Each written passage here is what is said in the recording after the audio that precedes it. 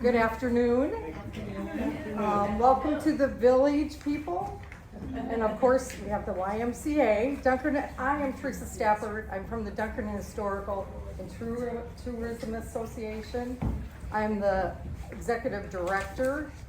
And my role today is just to kind of let you know how I selected my board and what they're currently doing for me today. But I gotta throw out, so we actually started our board, we elected officers May of 22, so we've been in force, we started in April, so we've been in force 2 years, 2 years, 2 months.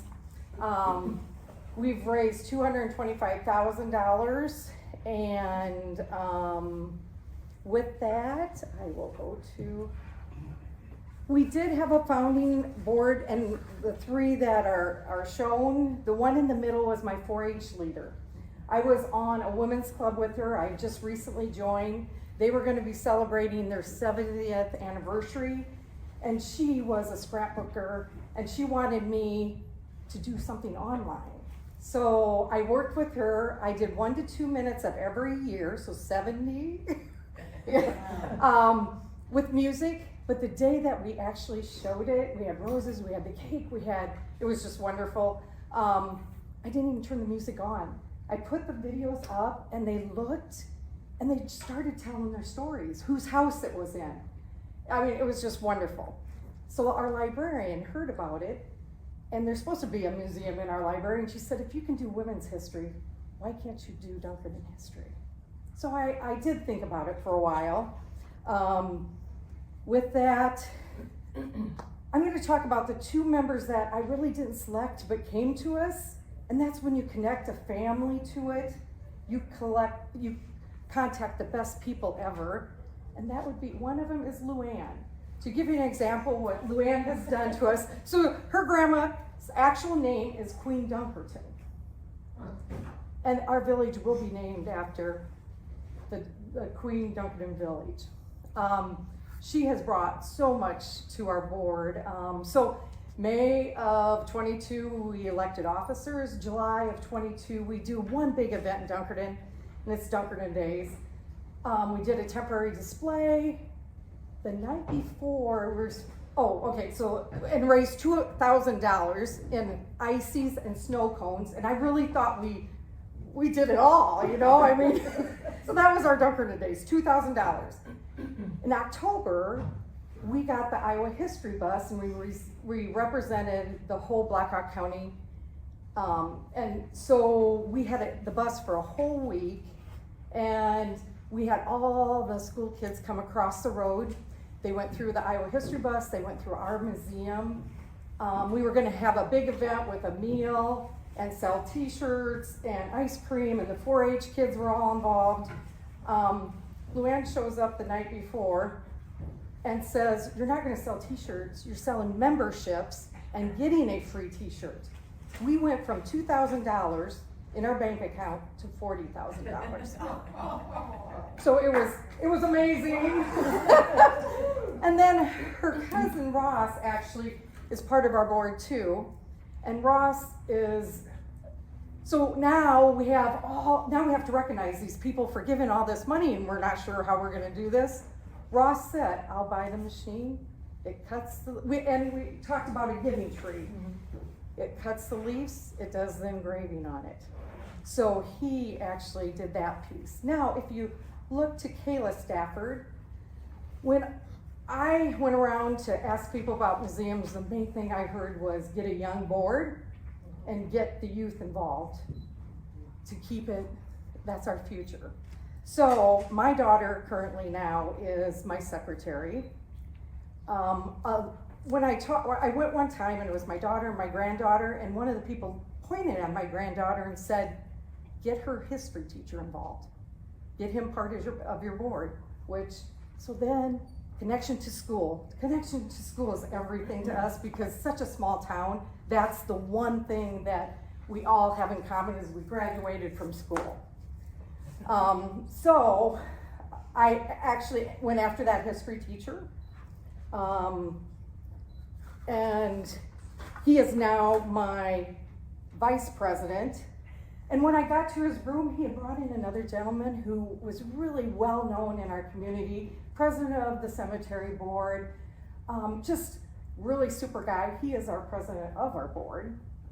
And then I'm walking down the hall and I run into another teacher and we're just talking. And she says, well, just so you know, I actually interviewed, we had a 1933 basketball boys basketball team that went to state and won it all. And later on, she had interviewed those players and she had tapes. She had taken a talented gifted class and took them to the Gargoyle Museum, and she had how many? Hundreds of items that the kids have done. And now that we have online, and they're beautiful pictures, and they're on the thick, I mean, it was already done. We just had to put it online. She currently now is my grant writer. She also does what we call community connections once a month, and she tells us what we're gonna, like veterans we've done, but we have the local people come in, we video them, and then we get it online. And it adds to, so we're picking topics that we feel that there's more stories to be told and we don't have them. And so veterans, natural disasters, railroad, fire, ambulance, so we just keep adding more, and that's been really neat. Are they videos that you make? Yeah, so for all of these various public groups? yeah. And they're willing, And we then try you- not to and put then it you in their invite face. them- And then you invite the public to see these? Yes. Is that it? We Yeah. put them online, and so they're in our online museum. And is the No, online we're museum recording. accessible to us as well? Yes. We'll talk about that. Yeah. We're gonna talk about all of this in just, Wonderful. yeah. All Yeah, right. keep going. Yep. So the next thing, again, they said, you know, go after youth. So I went and got on the agenda for the 4-H. We have a local 4-H group that has like 30 kids in it. So I actually said what we were doing. There was a ton of interest, and one of the 4-H leaders after it came up to me and said she wanted to be part of the board. So she has done, she has a flower shop, and she has this way to display everything and make it beautiful. So she's the one that's in our lower level, making our museum just look really, really nice. And she just brings in things from home, you know, just to make it a finished touch. The other thing is our 4-H kids actually did 12 of the topics that I knew I needed to do. They held an event for us, and they actually did the topics on the co-op, on the hall. My granddaughter interviewed my mom, so her great-grandma, on a one-room schoolhouse. My mom came up from a 3-generation, so her sister, her one brother, her grandpa, and her great-grandpa all went to the same one-room schoolhouse. And we actually, online, have a picture of that with them in front of their schoolhouse. So that's why schoolhouses are really important to me too. Demos. Oh, Forget demos. yeah, good thing. So our librarian came after me one day. She said, this is our Dunkerton in history from 1886 to 1970. Who could write the to get us to current? And I knew right away. We had a local gentleman, and he is just a wordsmith. He's written for the Waterloo Courier. He just tells great stories. And not only does he do that, but he's awesome with wood. So he's the one that made our giving trees. So, and we got so many givers that we had to make a second tree. And then we moved all of the in memory to the second tree so that we had room. So that is how connection to technology. I knew with all of us going from, we graduate from high school and then a lot of us go out of state. There's no local businesses. So I knew we needed to put everything online. And I'd heard that Julie had retired from UNI and was a programmer. So I knocked at her door. After I retired. And she said yes. With Julie, she brings, yeah, I have to keep moving. She does a museum Monday which is she takes an item from the museum and she puts it on Facebook, and we get like 1,000 people. And what is beautiful about that is the people not only, they'll say, oh, and by the way, did you know, and recognize different people, or maybe it was a different uncle, you know, because they could tell by the car in the picture that it couldn't be, you know, you get that feedback, and it's just really neat. Julie is my go-to for everything. Julie does reports, she makes my system run, she makes my scanner run. She's just can do everything and do it very well. And I can't find my other keys here. Yeah, yeah. So, the stamp. So she's done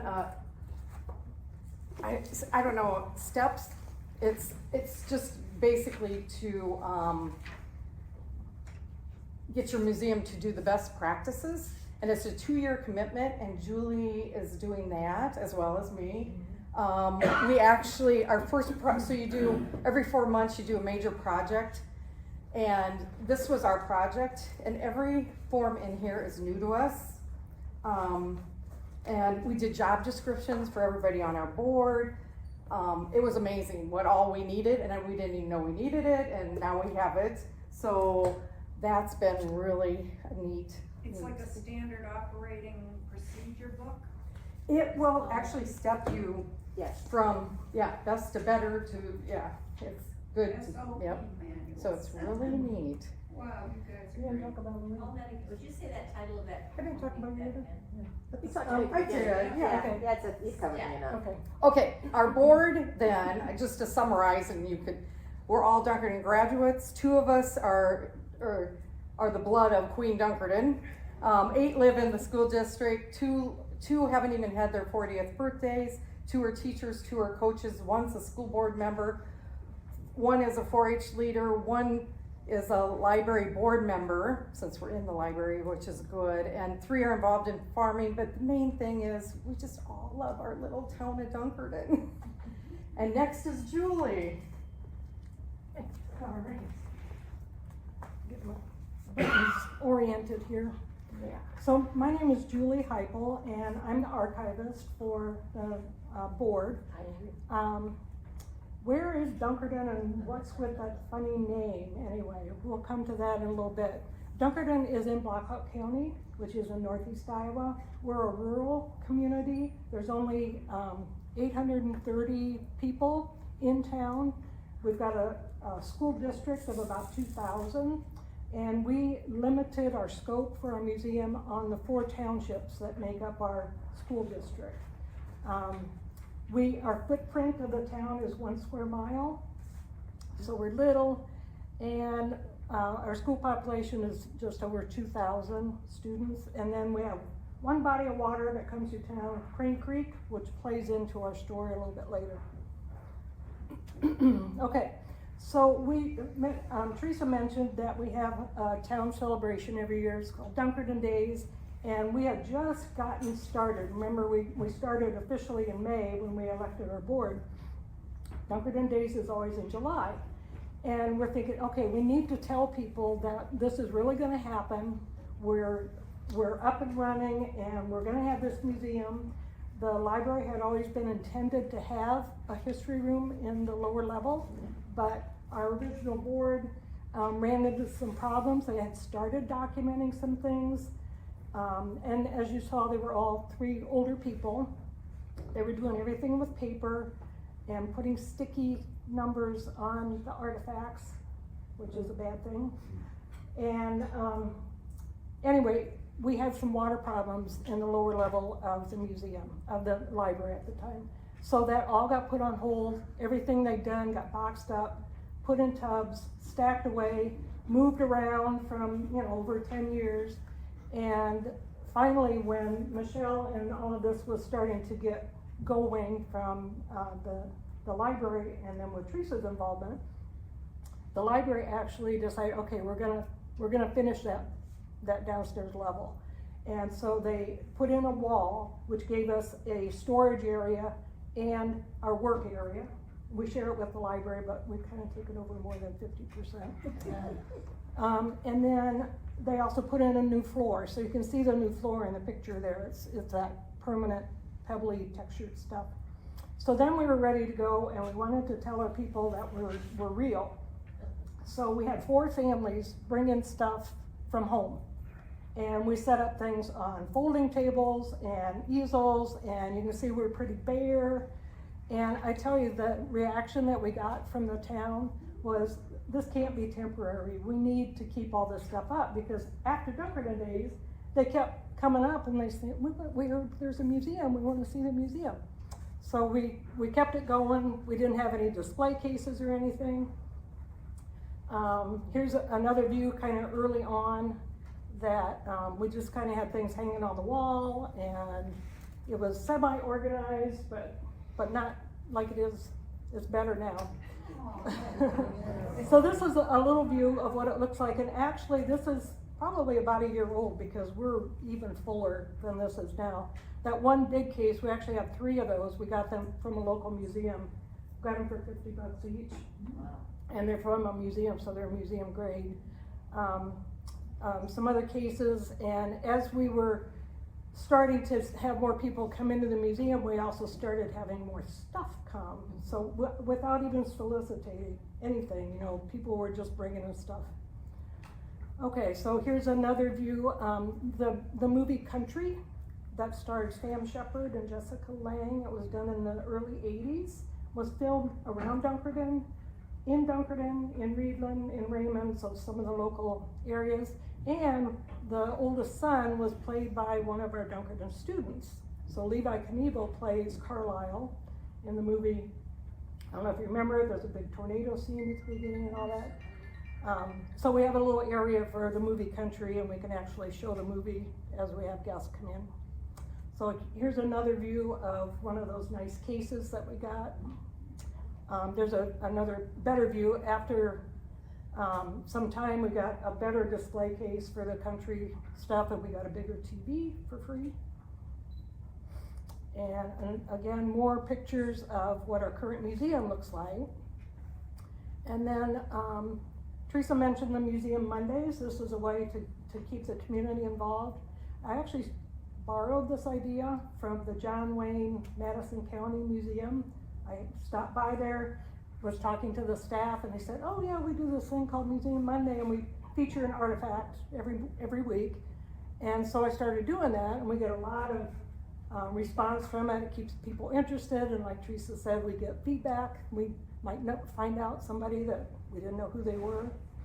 So those are just some of the clips, and this is on Facebook that we do this.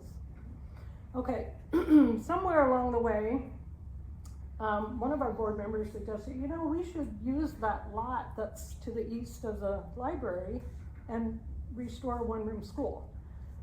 Well, we'll show some pictures of the one-room schools here coming up.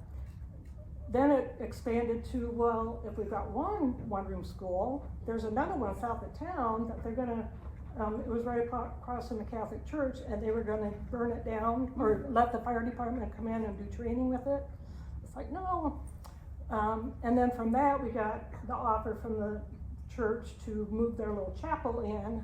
And then the last piece was the depot. So we'll tell a little story about each one of those as we go along. And then we're sitting on a hill. So what are you gonna do with this big steep hill? Well, my brother, who's on the board, he suggested doing an amphitheater. So now we've got a community involvement thing to have an outdoor amphitheater. And one of the things that we did as we're starting to get this underway, we had to go to the city council. This was, it was, what do you call it, zoned residential. So we had to, they didn't rezone it, they gave us a variance so we could move these buildings in. We've gotten word that some of the neighbors were worried about 2 things. One, they didn't want old crappy buildings sitting next to them. And we assured everybody, no, we're gonna restore them, they're gonna be beautiful, you'll be very proud. And the other thing was they were worried about runoff, because they're down at the bottom of the hill, and it had been a problem in the past when it's just a green space coming down. And we have built in things in our plan like permeable pavers, flower plantings. There's gonna be a underground drainage system along the side, so it's actually gonna be better for them. And we had some of the people came to the city council meeting and they were very supportive, so that was one of our big steps that we overcame. So Barclay 3 is actually the second school that we considered moving, but this one is in better shape, and we decided to do both schools because they're very different from each other. This one is square, and the entrance you can see is, oh great, I went way past. Anyway, the entrance is in the corner and you come into a long hallway, and then on the other side is where the big room is. And the other school, Bennington, is more of our traditional Iowa schools, which is rectangular. You enter in a short end, a little room on each side for a coat room. And last fall, we actually got the pad for Barclay poured, so that's what this picture is. And then on the next, down in the lower side, this side, that's where Bennington 1 will go. So we actually have both pads poured and ready. We have probably between June 15th and surely by the end of the summer, we're hoping by Dunkerton Days, we'll get at least one, maybe both of the buildings moved in. Okay, so here's Bennington 1. This school has already been moved. It used to sit on a corner that is a mile away from where it sits now. The farmer that went to that school and his kids went to that school, when it closed, he wanted to save it. And so he bought it and he moved it to his farm a mile away. And as you can see, this one is in pretty sad shape. The Barclay School, because it was in its original location, it was still on foundation. And so it's much cleaner inside. It does need a new roof, but it's pretty usable right from the start. This one, as you'll see, was pretty bad when we first got there. They had not really done anything to it, except I think it was a kid's playroom. You know, they went out and played Ford or whatever in it. It was full of a lot of dirt and nasty stuff. The floor is not salvageable. We'll have to replace that. You can see up here that those are original black boards, not slate. So we're pretty excited about that. The little stove, the owner was one that went to the school. He said that's not the original stove, but it's just like the one that he remembers. So that was another good benefit. So here's what it looked like after the family, they ended up having to put the father in a home, and so they're getting ready to sell the property, but we have it in writing. They are giving us the building no matter what happens with the sale, and they actually cleaned it up for us, which was above and beyond. So it looks a lot better. So this picture is my mother. She went to the school. This is her 8th grade graduation picture. And this is the school in its original location and in its happiest health. And that's one of the reasons that this part of it is so dear to me, is that we're moving the school and restoring the one that she went to. Then this was kind of the bonus building, the chapel that sits right next to the Barclay School. We hadn't really planned on it, but the church was ready to just give it to us. So our moving people are a little concerned about how they're going to move this block building, but our contractor friend and Dunkerton graduate, he has a big construction company in Cedar Falls, and he says, we'll make it happen. We'll figure it out. So he keeps telling us that. We'll figure it out. So this is what it looks like inside after we had emptied everything. I had these really pretty stained glass windows. There's just one of those little arched ones on each side. And then the door, the church actually fixed it. It had broken, sometime in its just repair, but they ended up fixing it for us. So that one's ready to go as soon as the movers figure out how. Okay, so then the train depot. Julie. Yeah. And the 10 panels, are they inside? They're inside. The walls? Yep. Okay. The train depot is part of our Dunkerton story because Dunkerton exists, and that name, remember I said, what's with the funny name? James Dunkerton was one of the early settlers. He had some land that he offered to the railroad. They were ready to come through the Chicago Great Western, and he said, I will donate my land if you name the depot Dunkerton. So, we are one of 2 cities or towns in the world named Dunkerton. The other one is in England, and that's where the family came from. So even though this is not our Dunkerton depot, we've had 3 working depots in the past. This is of the same construction that the 2 original ones were. The first one actually was hit by lightning, burned down in like 1914. The second one, there was a train accident and a man was killed. He ran into the train, the cars all buckled, and ended up burning down that depot. And then the third one was built like in the late 40s, 50s, and just kind of a square box with no character. That one ended up just getting torn down because it was in bad shape and no longer needed. So this is the inside of the depot. Again, pretty bad shape, but our mover and construction guy keeps saying we can move it and it'll be fine. So pretty nasty. So this is, there's a picture of the train derailment that burned down our second depot. This is what it looked like after they rebuilt it. So that's depot number 3. And as you can see in this one, it's already all boarded up and not used, and that's shortly before it was torn down. This picture, I didn't tell a story about Berlin. So the depot that we have sits 2 miles or a mile out of town. It's been there since about 1975. It came from the town that was originally called Berlin. And this picture down here, you can see it says Berlin on it, was taken in 1910 and in its heyday. But after World War I, Berlin was not a popular name anymore, so they changed the name to Lincoln. So the man that bought the depot and moved it to Dunkerton, he used it as an antique store. You know, he sold antiques out of it. And it's been in the community since about 1975. So even though it's not our depot, it's still gonna help us tell our story. And we feel like it's our depot because it's been there a long time. Julie, does that actually come from Lincoln? Yeah, yep, Iowa?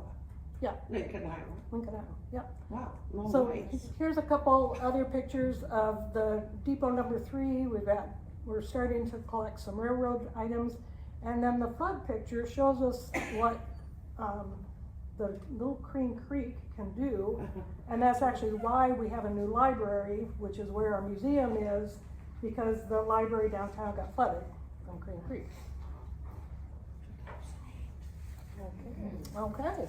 Julie, how are we ever going to move that depot? Where will we find the money? Oh, okay. We had an event last week. Some very long-time farmer friends that actually live across the road from Teresa. She has been battling cancer, and she died last Thursday, which was the day of our board meeting. And her husband, Bob, walked across the road to talk to Teresa and say that they want to, in Alice's memory, they want to restore the depot. Because Alice and Bob were both from that area. They grew up around the area. And so Teresa said, it's gonna be like $25,000 to move it. And he said, I don't care, whatever it costs. It will be done.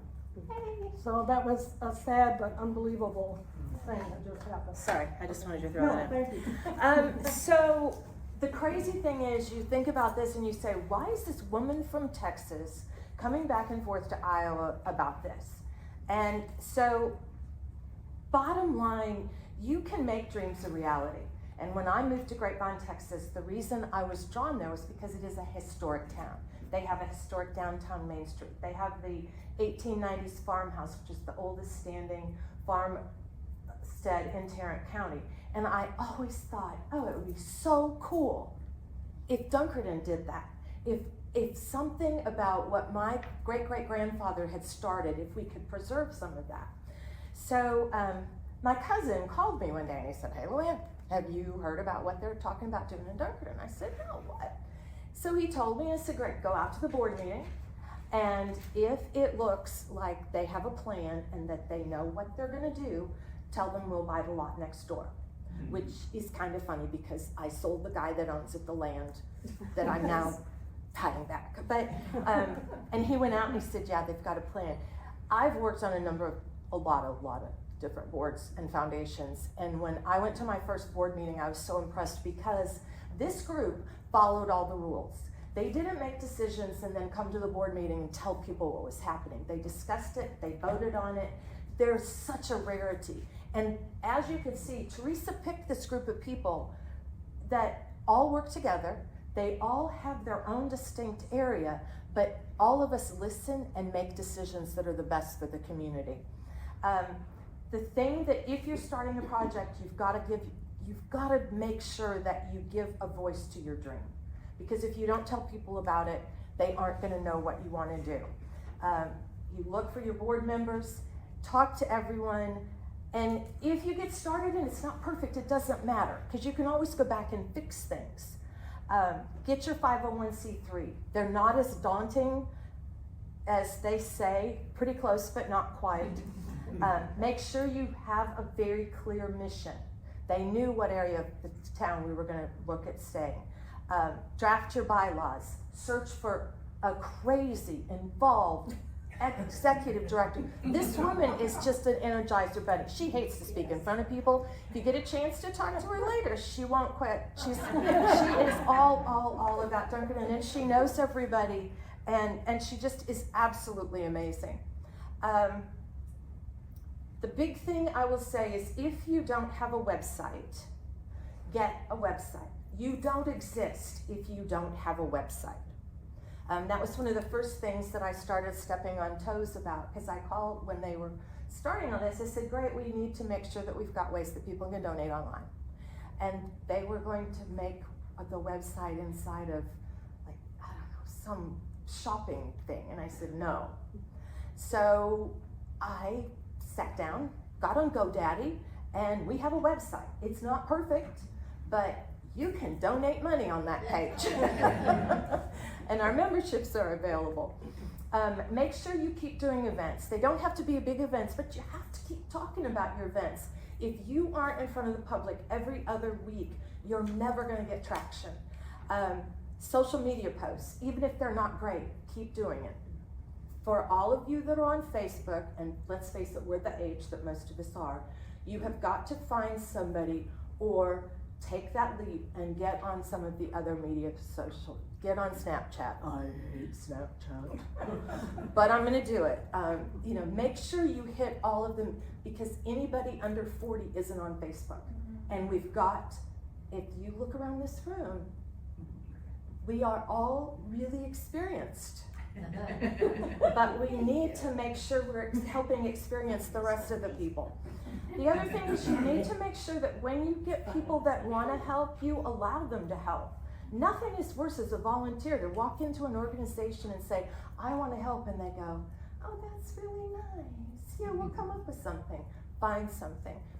So, and ultimately engage people that have a history with you.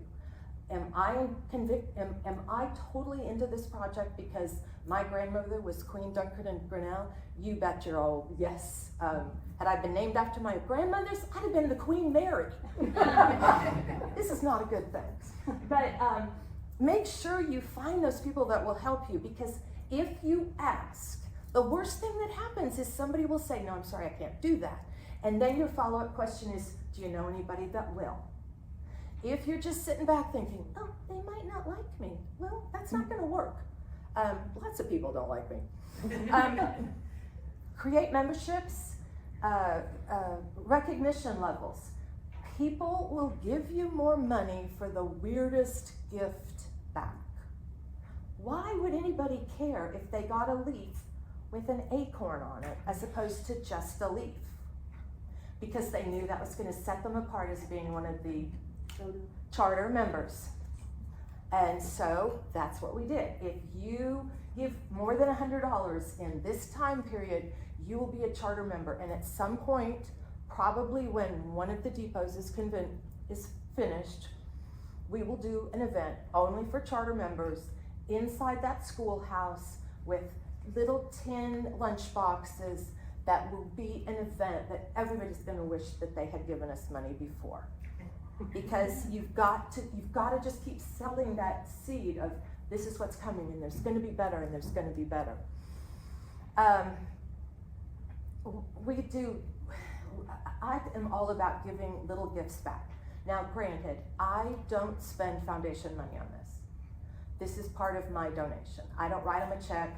I come up with some goofball thing to send people. So at Christmas, we sent them this little Christmas ornament that it was easy to mail because I could do it from Texas. And if you plant it, I guess it grows something, I don't know. But all of the money that this group raised, and they keep telling you it's me, but it wasn't. It was starting the seed. At that first event with the bus there, we had 3 people donate $5,000. And at that point, the gentleman that just gave us $25,000, his wife said there will be more. Prove to us you're gonna do it. And it all goes back to making sure, people don't wanna just give you money and then have you spend it for your executive director. You know, they wanna see that you're putting it where it needs to be. How am I doing? Am I okay? Nobody's looking. Fundraising. Think outside the box. When you're doing your silent auction, yes, you can get Starbucks cards, but what's going to be better is if you do an event in a schoolhouse and have it catered, if you have the president of your college do an event that he attends, if you have some really special piece of memorabilia from your event, your project that you can do as a silent auction. Go outside, make it more of an experience. People want an experience. They can go to Starbucks and buy a card. They want the experience. They want something they can't get anywhere else. I have another whole presentation that I do to the Festival and Events Association on this whole thing of thinking outside the box on how to get money. Naming rights. As you can tell, and you've been told, James was my great-great-grandfather.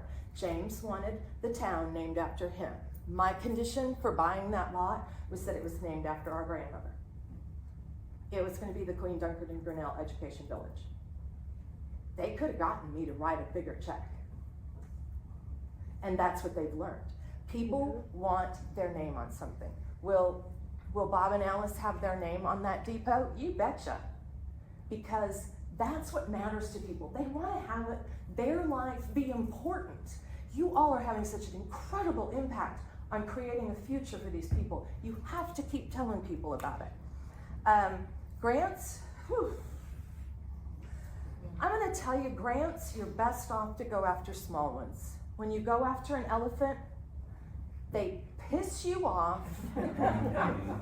You get run around and you're thinking, why are you only giving 30% of the applicants money? That's wrong. Okay, I may be a little bitter about that one. But go after the small ones. My broker-dealer had a thing that said, hey, we're giving away grants for, I spent 15 minutes. I wrote up a paragraph, we got $350. Then we're gonna take that piece, we're gonna take probably the paragraph and send it out to our membership and say, hey, if you see any of these grants or if your companies have a matching program or if there's anything you can think of, either use this paragraph or send us the information and we'll do it. Because 4 $250 grants are just as good as 1,000. And 10 of the 1,000 are just as good as the 10,000. And you probably aren't always gonna kill your elephant. If you've been in sales, you know. You hit an elephant every 5 years if you're lucky. Class competition was one of the ways we stayed outside of the box. We spent 8 months where we had a competition to see which class was going to get to have a plaque at the village. And so there would be class reunions, we just pushed it up and they'd have a class reunion and then they'd be like, well, the class of 53 is winning, and we had it on the website. And so just keep thinking, how can I keep making money and how can I keep doing that? Root beer floats. Oh, I have a mug. So my cousin Ross is brilliantly talented. You'll have to come up and see this, but it's etched. We're going to be doing a small root beer mug this year. Last year we did root beer floats for a donation, and we made $2,000. $2,000 for 2 days of us sitting around having a great time talking to people, throwing ice cream in a plastic cup and throwing root beer on it. I mean, seriously, that's great money, and the experience for people is having the root beer float, having the fun time, and having it be from the community they love. So the other thing is, remember to use your connections. Silos and Smokestacks is an Iowa, I think, mainly organization. I'm going to screw this up because this is really not my page, but they're going to help us once we get blah blah blah blah blah blah done. UNI is going to send their students out to help us do some of the restoration. I cannot even begin to explain to you how much Bill has meant from Preserving Iowa. Bill Sherman has been in our corner. He's the reason we're here. Well, okay, he's the reason we were invited. I'm the reason we're here because these two would have never shown up. Just saying. They were like, no.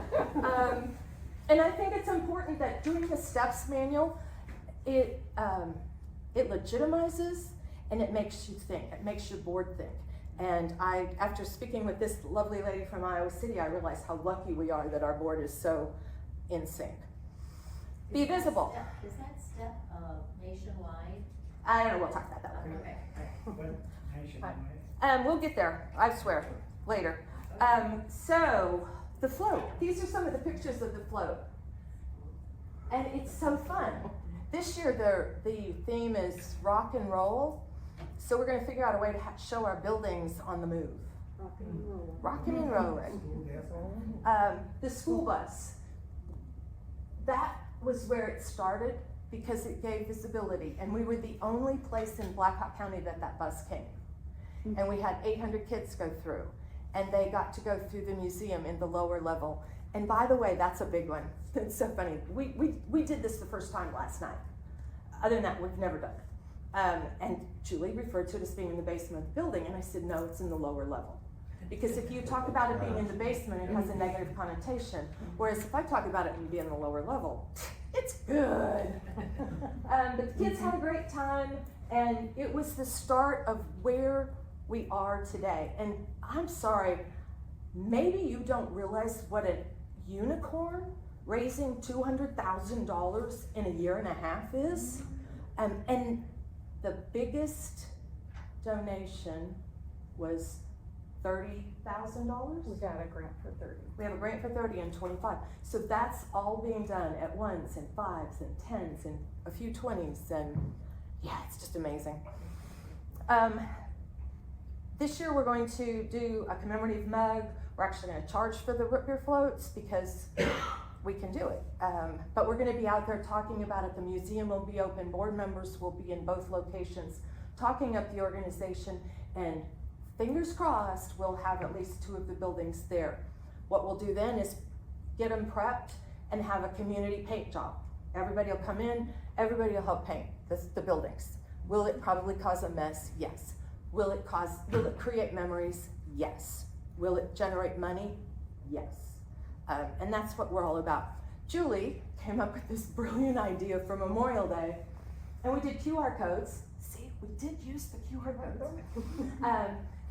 for a cemetery walk.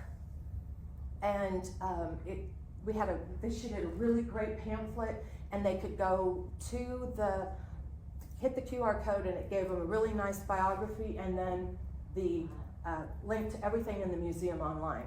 Which, remind me when I'm done, she has to talk about PastPerfect. And then the donor tree. So one of our guys built the tree, and then my cousin Ross started going, if you have acorns, you're a little more special than if you're acornless. But ultimately, people will do that. And I just am ordering some journals. And this year's bonus prize will be if you donate $100 to do a $100 membership, you'll get a journal that has the DHTA membership on it, and I'll let you know next year if it works. If it doesn't, my theory, and this is an important one to remember, send an invoice. If you have a membership, make sure you send them an invoice. It looks like an invoice. It looks like something you just get from the company and you pay. Because 75% of people get an invoice and what do? They write the check, they go online. So just pretend like they're gonna, until you tell me you aren't renewing your membership, baby, you're on my list. How much is your membership? That's the original of the t-shirts. I don't know, $25 is the scene, I don't know. $50 gets a membership. 50, I like it. I don't know. And then And the t-shirt. Okay. Yeah. Yeah. Yeah, well, I think you had to spend more to get a t-shirt, didn't you? No, 50 is a membership for the free t-shirt. Yeah. That makes sense. So, bottom line, this is the way that we make sure that our past keeps enriching our present. Historic preservation cannot ever, I mean, I know I was preaching to the top choir, but sometimes you have to be reminded how brilliant and wonderful and what an impact you're having. You have to keep networking, you have to keep redefining. Our elephant grant, okay, I got a little ticked off. So I wrote a letter and sent it to every single board member on that foundation. Probably made a minor hand slap that I shouldn't, we like to have you deal with staff. I'm on some of those, I'm on an international foundation board. I know that if I had somebody that was as frustrated with the organization as I was with them, I want to know about it. So yeah, we'll see. But we're going to redefine and maybe just put in the amphitheater.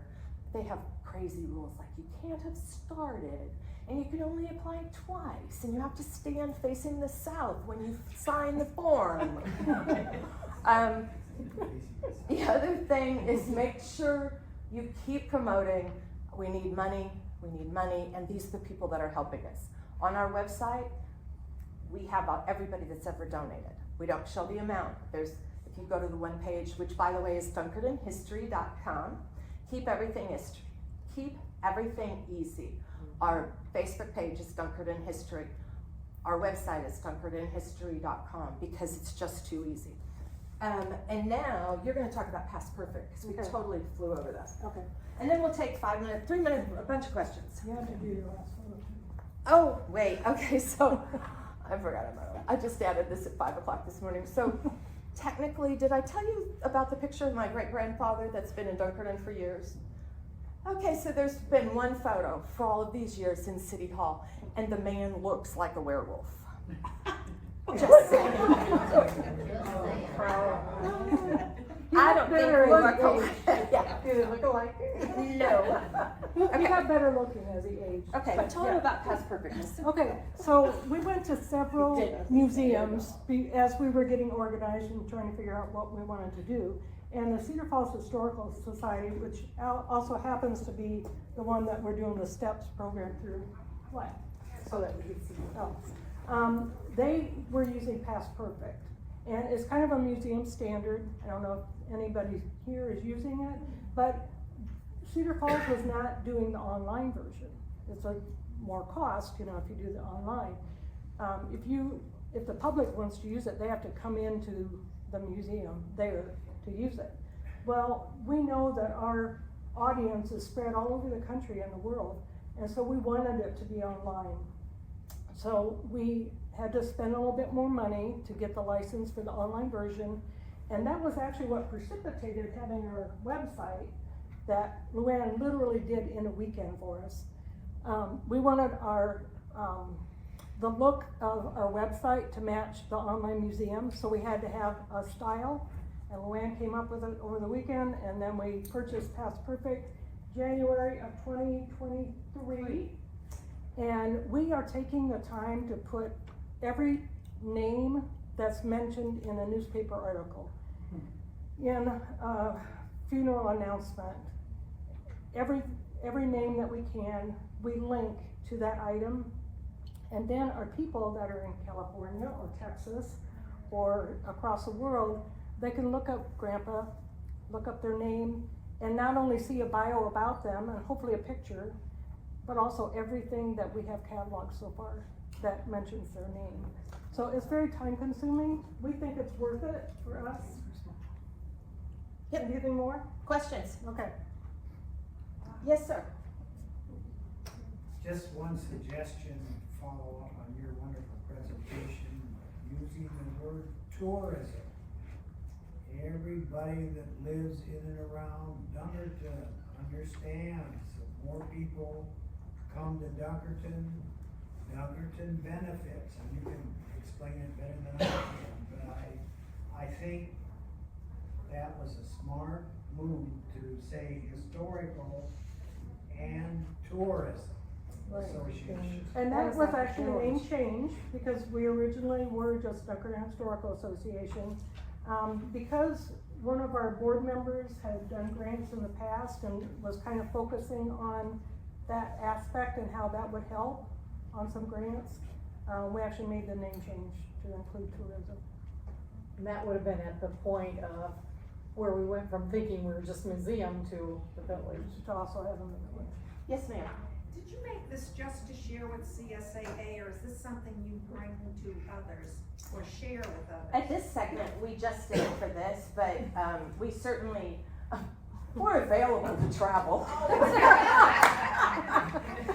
In general, I do, I have issues. I'm just a girl that can't say no, and so is she. But yeah, we could do that. Yes, ma'am, in the back. Bill, I'm gonna ignore you for a minute, cause you've already had a question. Yes, ma'am. You're going to talk about the STEP program, Steps, you know yeah. if What that is happened to our- nationwide or not? Okay, sorry. I'm not yeah. familiar I with think that it is a term. national program. Okay. Yeah, there's a Yes. great book here you may wanna check out. Okay. Yeah. It is really, really smart. And your ornament is up there as well as. My ornament's up Etched. there? It's in the So mug. what, Yes. purchase? No, you have to work your butt off to get this book. It's a workbook to help. It's a you workbook that grow. goes with the class. Yeah. Yeah, and there was a fee to do it, but we actually got a grant. Right? We didn't have to So pay. Cynthia Sweet is known for Iowa museums, and she actually came and spoke when we first started this. So we had a connection there, and she knew of the scholarship, so she reached out to us and said, would you have 2 people that would commit to a 2-year, it's a Zoom call every other Wednesday with major projects every 4 months. And And we what is, went for it. what is this work, it's a class you take, Yeah. and how to get all this stuff done, And they make sure that you have a mission statement. Agent That you have your mission statement, that you have, your board of directors, that you have all of job the, descriptions for The- every board member. your sexual, don't. And they put us You with a mentor too, which is another museum person, so we have the Cedar Falls, and she's been fantastic. So, you know me, I listen, we get off the Zoom call, she knows, I'll call and I'll say, hey. Is this an online course? Yes. Well, it is monitored, not really monitored. It is presented by Cynthia Sweet and this group of museum people. And like Teresa said, I think there's 16 in our cohort. And we meet every other week online for an hour. And then we go through the workbook, and then there are assignments. And then at the end of 4 months, you have to present something that you've chosen out of that 4-month period. And it is an American Association of State and Local History that sponsors it. And And ultimately, if you go to the website, wrong website. If you go to, DunkertonHistory.com, if you go to the back, you'll see all of the pieces that were required to be posted as part of this project. And that was just the first 4 months. And that was just the 4 That was first 4 months, So, yeah. And More questions? so we created like over 34. oh, we're still good. We aren't even running over time yet. No, So we're good. Any other questions that we can answer? Bill had one. Bill, Well, just, again, not a question, but, they said they're willing to travel, so we're gonna test them out. I'm gonna see if we can get them scheduled at the next Central Iowa Tourism meeting. And I don't know where that's gonna be, it could be Northern Iowa, Southern Iowa, but I think other groups wanting to promote tourism want to learn your story. well, and technically speaking, I come from Grapevine, Texas, which has gone from being a small bedroom community. When you land in Dallas-Fort Worth Airport, you're actually in Grapevine, which gives us a huge tax advantage, but they also made a decision to become a tourism destination, and we are a destination now. So we have 8 major properties. We have the Gaylord Texan, we have the Great Wolf, and so because of the historical end, we also involved wineries. So we have a lot of those. So if you're wanting to talk tourism, and technically, potentially, I'm on the International Festival Events Association Foundation Board. And so that's a group that is all about tourism and events, and yeah, we can do that. Sure. What an inspiration. They're amazing. I did not do much. These two are brilliant. It's been wonderful. Thank you so much. Yes, yes. Yeah, well, okay, now. Just 40 seconds. Yeah. Yes, ma'am.